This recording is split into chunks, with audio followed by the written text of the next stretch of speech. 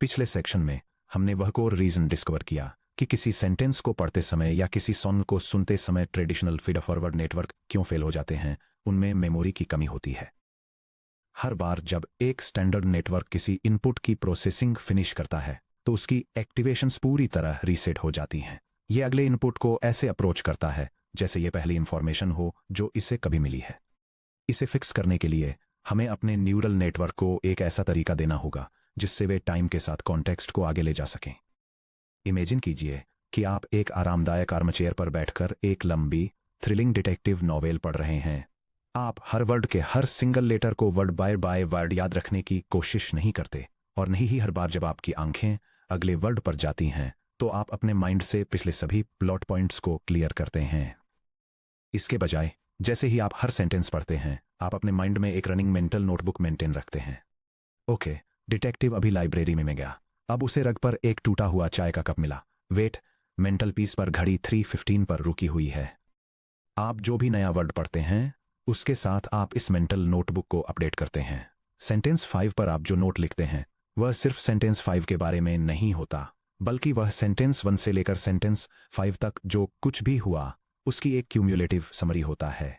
ये running mental scratchpad machine learning history के सबसे इंपॉर्टेंट ब्रेकथ्रूज में से एक के पीछे की एग्जैक्ट इंट्यूशन है। रिकरेंट न्यूरल नेटवर्क यानी आरएनएन और उनका fundamental mechanism hidden state. Section break. The hidden state, a running mental scratchpad. एक ट्रेडिशनल डेंस नेटवर्क में, जैसे हमने चैप्टर 3 में बनाए थे, एक हिडन लेयर एक इनपुट वेक्टर एक्स लेती है, इसे वेट नॉब्स के एक मैट्रिक्स W से मल्टीप्लाई करती है, एक बायस भी ऐड करती है, एक एक्टिवेशन फंक्शन अप्लाई करती है और एक रिजल्ट H आउटपुट करती है। H equals sigma of W x plus B।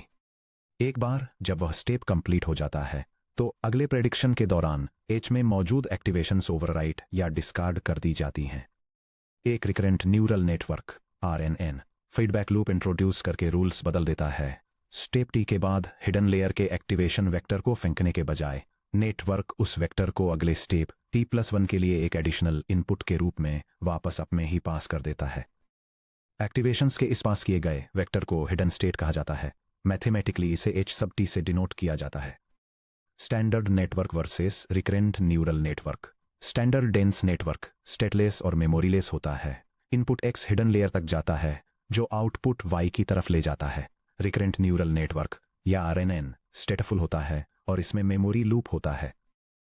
Input X सब T हिडन लेयर तक जाता है जो आउटपुट Y सब T की तरफ ले जाता है। Hidden layer hidden state H सब T-1 का यूज करके मेमोरी लूप से भी कनेक्ट होती है। डायग्राम के राइट साइड में छोटे से सर्कुलर एरो पर ध्यान दीजिए। वो सिंगल लूप मॉडल के बिहेवियर को पूरी तरह से ट्रांसफॉर्म कर देता है। टाइम स्टेप T पर नेटवर्क को इनकमिंग डेटा का एक नया पीस सब T मिलता है, जैसे सेंटेंस में करंट वर्ड। TC मोमेंट पर नेटवर्क को पिछले स्टेप से हिडन स्टेट H सब T-1 भी मिलता है, जिसमें पहले देखी गई हर चीज की एक्यूमुलेटेड मेमोरी होती है। नेटवर्क 2 चीजें प्रोड्यूस करने के लिए नए वर्ड को अपनी पिछली मेमोरी के साथ कंबाइन करता है। करेंट टाइम स्टेप के लिए एक आउटपुट वेक्टर Y सब T, जैसे कि अगले वर्ड को प्रेडिक्ट करना। एक updated hidden state vector H सब T जो स्टेप T+1 में आगे भेजी गई रिफ्रेश्ड मेमोरी की तरह काम करता है। Section break. Unrolling NRNN across time, a visual walkthrough. एक न्यूरल नेटवर्क को उस पर ड्रॉ किए गए लूप के साथ देखना थोड़ा एब्स्ट्रैक्ट लग सकता है। कंप्यूटर प्रोग्राम में लूप के थ्रू डेटा वास्तव में कैसे फ्लो करता है, इसे क्लियर करने के लिए कंप्यूटर साइंटिस्ट्स अक्सर अनरोलिंग नाम की एक विजुअल ट्रिक का यूज करके RNN को ड्रॉ करते हैं।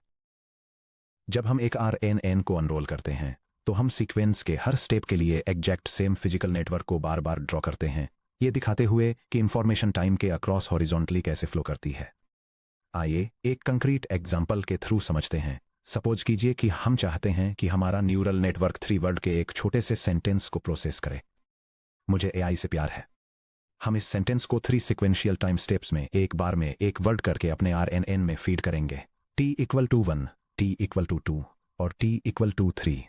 डायग्राम T=1, T=2 और T=3 के लिए टाइम के अक्रॉस एक रिकरेंट न्यूरल नेटवर्क या RNN को अनरोल करना। टाइम स्टेप T=1 पर इनपुट I X1 है जो RNN सेल में जाता है।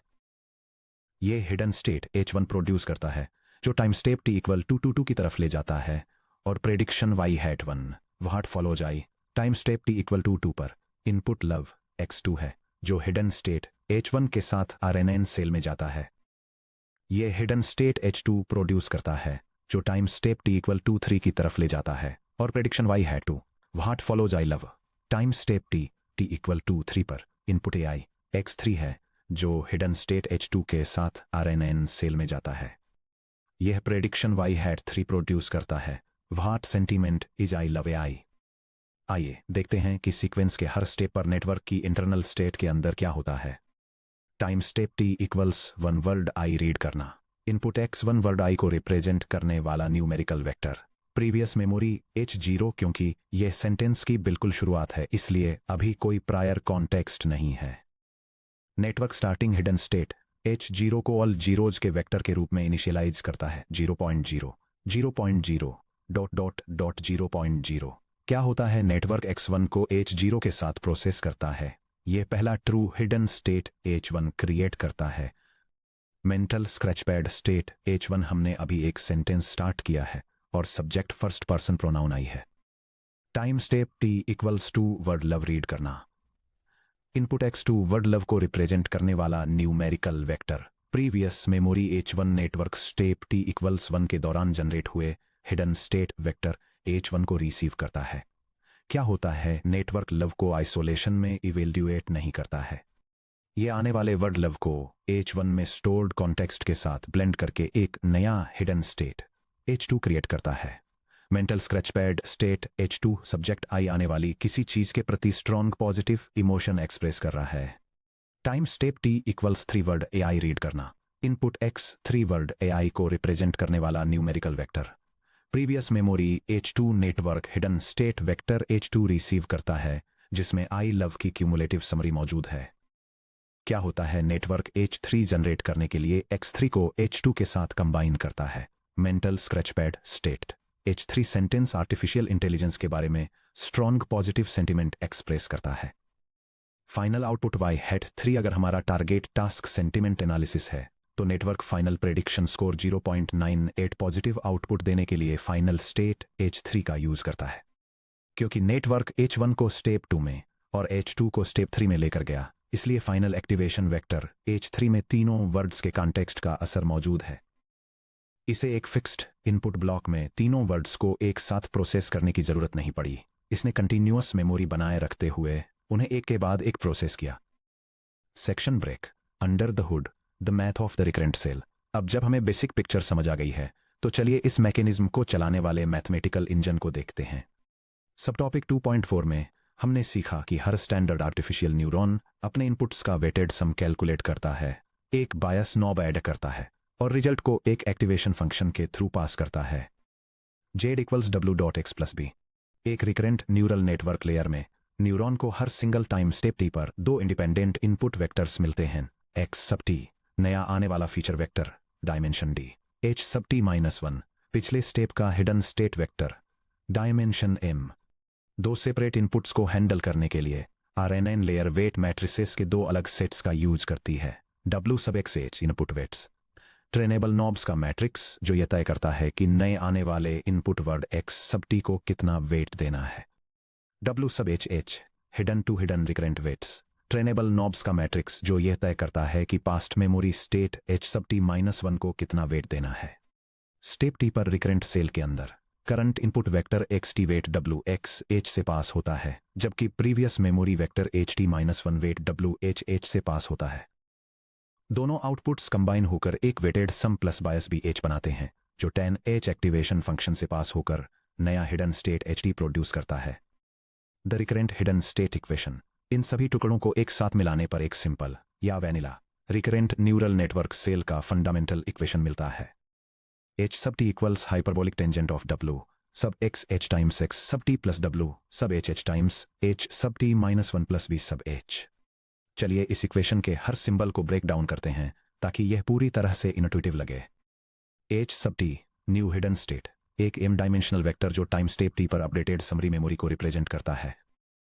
10h हाइपरबोलिक टेंजेंट एक्टिवेशन एक एक्टिवेशन फंक्शन जिसे हमने सब टॉपिक 2.5 में पढ़ा था जो सभी कैलकुलेटेड न्यूमेरिक वैल्यूज को -1.0 और +1.0 के बीच एक स्ट्रिक्ट रेंज में स्क्वैश कर देता है। ये मेमोरी वैल्यूज को इन्फिनिटी तक एक्सप्लोड होने से रोकता है जब वे दर्जनों टाइम स्टेप्स के दौरान लूप्स में पास होती हैं। WXH X sub t matrix vector multiplication जो current input item X sub से फीचर्स एक्सट्रैक्ट करता है। WHH H sub t -1 matrix vector multiplication जो पिछली मेमोरी H sub t -1 से रेलेवेंट हिस्टोरिकल कॉन्टेक्स्ट एक्सट्रैक्ट और फिल्टर करता है। B sub H hidden state के लिए बायस वेक्टर जो नेटवर्क को एक्टिवेशंस को ऊपर या नीचे शिफ्ट करने की परमिशन देता है। स्टेप आउटपुट कंप्यूट करना। अगर टास्क में हर टाइम स्टेप पर प्रेडिक्शन प्रोड्यूस करने की रिक्वायरमेंट है, जैसे सेंटेंस में अगले वर्ड को प्रेडिक्ट करना या कंटिन्यूअस टाइम सीरीज फोरकास्टिंग, तो हम updated hidden state vector H sub t को एक आउटपुट वेट मैट्रिक्स WHY में पास करते हैं। Y hat sub t equals softmax of W sub HY times H sub t plus B sub Y। यहाँ WHY network की internal memory state H sub t और target vocabulary या numeric output class Y hat sub t के बीच एक bridge की तरह काम करता है। Section break. एक न्यूमेरिक टॉय एग्जाम्पल, हाथ से मैथ्स करना। खुद को यह प्रूव करने के लिए कि एक RNN अंडर द हुड बस जाना पहचाना मैट्रिक्स एरिथमेटिक ही है, चलिए छोटे टॉय वेक्टर्स का यूज करके एक क्विक न्यूमेरिक कैलकुलेशन करते हैं। मान लीजिए हमारे हिडन स्टेट वेक्टर की लेंथ m = 2 है और हमारे इनपुट वेक्टर की लेंथ d = 2 है। चलिए कुछ इनिशियल पैरामीटर्स सेट करते हैं। स्टेप t -1 से previous hidden state H sub t -1 equals column vector 0.5 -0.2। Step t पर current incoming input vector X sub t equals column vector 1.0 2.0। चलिए हमारे वेट मैट्रिसेस और बायस को सिंपल न्यूमेरिक वैल्यूज असाइन करते हैं। W sub x h equals 2/2 matrix with first row -0.1 and second row and row 0.4 0.5 W sub h equals 2/2 matrix with first row 0.2 0.9 and second row -0.3 0.1 B sub h equals column vector 0.0 0.0। अब चलिए 3 quick linear algebra steps में नया hidden state H sub t compute करते हैं। Step 1, input projection compute करें WXH X sub t। W sub x h times X sub t equals matrix with first row 0.8 -0.1 and second row 0.4 0.5 times the matrix with first row 1.0 second row 2.0 which equals the matrix with first row open parenthesis 0.8 times 1.0 close parenthesis plus open parenthesis -0.1 times 2.0 close parenthesis and second row open parenthesis 0.4 times 1.0 close parenthesis plus open parenthesis 0.5 times 2.0 close parenthesis which equals the matrix with first row 0.6 second row 1.4। Step 2, recurrent memory projection compute करें W sub h times H sub t -1। W sub h times H sub t -1 equals the matrix with first row 0.2 0.9 and 9 and second row -0.3 0.1 times the matrix with first row 0.5 and second row -0.2 equals the matrix with first row open parenthesis 0.22 times 0.5 close parenthesis plus open parenthesis 0.9 times -0.2 close parenthesis and second row open parenthesis -0.3 times 0.5 close parenthesis plus open parenthesis 0.1 times -0.2 close parenthesis equals the matrix with first row -0.0 at end second row -0.17। Step 3, sums को एक साथ add करें और 10H apply करें। अब हम बायस vector B सब H के साथ दोनों कंट्रीब्यूशंस को सम करते हैं। Z sub t equals the column vector 0.6 1.4 plus the column vector -0 0 and 0 and 0 8 -0.17 plus column vector 0.0 0 0.0 equals the column vector 0.5 1.3। Finally हम 10H एक्टिवेशन फंक्शन का यूज करके Z sub t को स्क्वैश करते हैं। H sub t equals hyperbolic tangent of the column vector 0.5 to 1.223 which is approximately equal to column vector hyperbolic tangent of 0.5 to hyperbolic tangent of 1.23 which equals the column vector 0.4 70.843। देखिए हमने अभी क्या achieve कर लिया है। नया hidden state vector h sub t equals 0.4770.8843 transport. अब mathematically नए input item x sub t और historical context h sub t-1 दोनों को एनकैप्सुलेट करता है। अगले ही स्टेप t+1 में यह सेम वेक्टर मेमोरी के कंटिन्यूअस लूप को जारी रखने के लिए h sub t-1 बन जाएगा। Section break weight sharing across time the great parametric trick. जब स्टूडेंट्स 10 या 20 टाइम स्टेप्स तक फैले आरएनएन को दिखाने वाले अनरोल डायग्राम को देखते हैं तो अक्सर एक कॉमन क्वेश्चन सामने आता है। अगर हम 20 टाइम स्टेप्स में आरएनएन लेयर को 20 बार ड्रॉ करते हैं तो क्या इसका मतलब यह है कि हमें 20 सेट वेट मैट्रिसेस के साथ 20 कंप्लीटली डिफरेंट न्यूरल नेटवर्क की जरूरत है? इसका जवाब एक जोरदार नो है और यहीं पर रिकरेंट आर्किटेक्चर की जीनियस सही मायनों में चमकती है। जैसा कि हमने सब टॉपिक 4.2 में देखा था, जहां कन्वोल्यूशन न्यूरल नेटवर्क अलग अलग स्पेशल लोकेशंस पर एकदम सेम फिल्टर वेट्स को रीयूज करते हैं, रिकरेंट न्यूरल नेटवर्क हर सिंगल टाइम स्टेप में एकदम सेम वेट मैट्रिसेस W सब XAH और W सब HH को रीयूज करते हैं। टेम्परल स्टेप्स के across parameter sharing. Step T equal to 1 H1 equal to tan H of W X H times X1 plus W H times H0 plus BH। Step t equal to 2 H2 equal to tan H of W X H times X2 plus W H times H1 plus BH. Step t equal to 3 H3 equal to tan H of W X H times X3 plus W H times H2 plus BH. Her step पर same exact wait matrices reuse किए जाते हैं। Parameter sharing इतना powerful क्यों है? Constrained model size चाहे आपका input text sequence 3 words लंबा हो या 300 लंबा, मॉडल में लर्नेबल पैरामीटर्स W सब X H W सब HH और B सब H की एग्जैक्ट सेम संख्या होती है। मॉडल वेट्स का मेमोरी प्रिंट पूरी तरह से कांस्टेंट रहता है। Generalisation across temporal positions. अगर नेटवर्क कोई यूजफुल ग्रामेटिकल पैटर्न या सेंटीमेंट क्लू सीखता है, जैसे ये रियलाइज करना कि वर्ड नॉट अगले वर्ड को निगेट करता है, तो वह उस सीखे हुए रूल को अप्लाई कर सकता है, चाहे नॉट पोजीशन t इक्वल्स 2 पर दिखाई दे या पोजीशन t इक्वल्स 42 पर। Section break. Sequence vector architectures 1 to many to 1 many to many. चूंकि आरएनएन हिडन स्टेट को मेंटेन करते हुए टाइम के साथ स्टेप बाय स्टेप काम करते हैं, वे मशीन लर्निंग इंजीनियर्स को इस बात में कमाल की फ्लेक्सिबिलिटी देते हैं कि इनपुट्स और आउटपुट्स को आपस में कैसे वायर किया जाए। रियल वर्ल्ड एप्लीकेशन के आधार पर हम सीक्वेंस प्रोसेसिंग पाइपलाइन को कई अलग अलग आर्किटेक्चरल पैटर्न्स में स्ट्रक्चर कर सकते हैं। Common RNN input output designs 1 to many. For example image captioning. Image vector leads to RNN cell leads to output word 1 leads to output word 2 many to 1।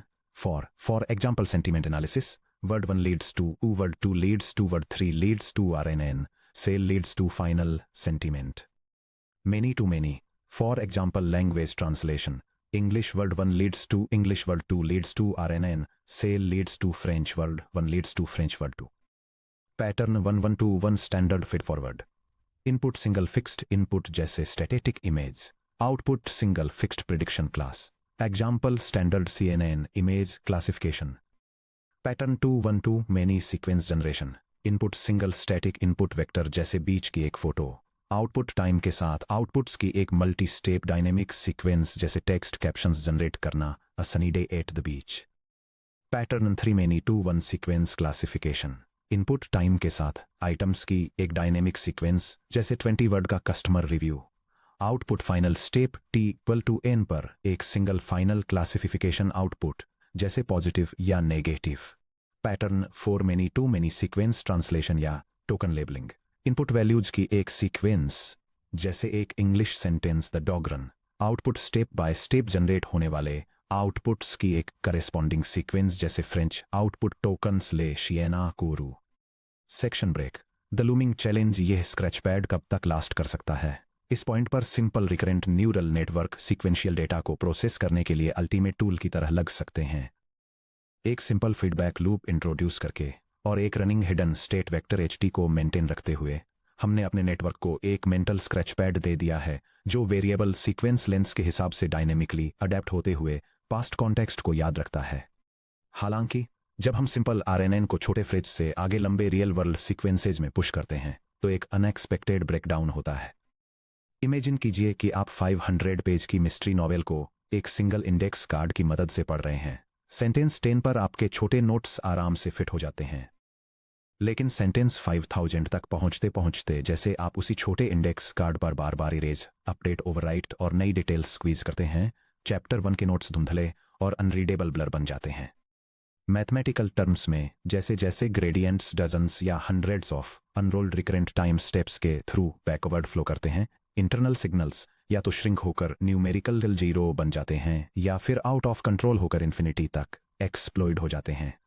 क्या होता है जब लॉन्ग सीक्वेंस पढ़ते समय हमारे नेटवर्क का मेंटल स्क्रैच पैड शुरुआती context को पूरी तरह से भूल जाता है। नेक्स्ट सेक्शन में हम बेसिक RNNs की इस फंडामेंटल लिमिटेशन को एक्सप्लोर करेंगे। 5.3 the goldfish memory problem, vanishing and exploding gradients.